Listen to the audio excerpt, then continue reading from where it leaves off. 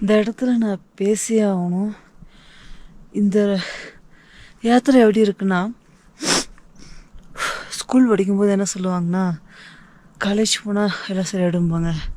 College படிக்கும்போது வேலைக்கு போனால் சரியாயிடும்பாங்க.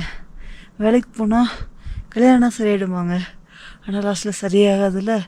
அந்த மாதிரி தான் யமுனோத்திரி போகும்போது கங்கோத்திரி நல்லா இருக்குன்னு நினச்சேன். கங்கோத்திரி போகும்போது கேதார்நாத் நல்லா இருக்குன்னு நினச்சேன். கேதார்நாத் போகும்போது பரவாயில்ல மத்மிஷன் நல்லா இருக்குன்னு நினச்சேன்.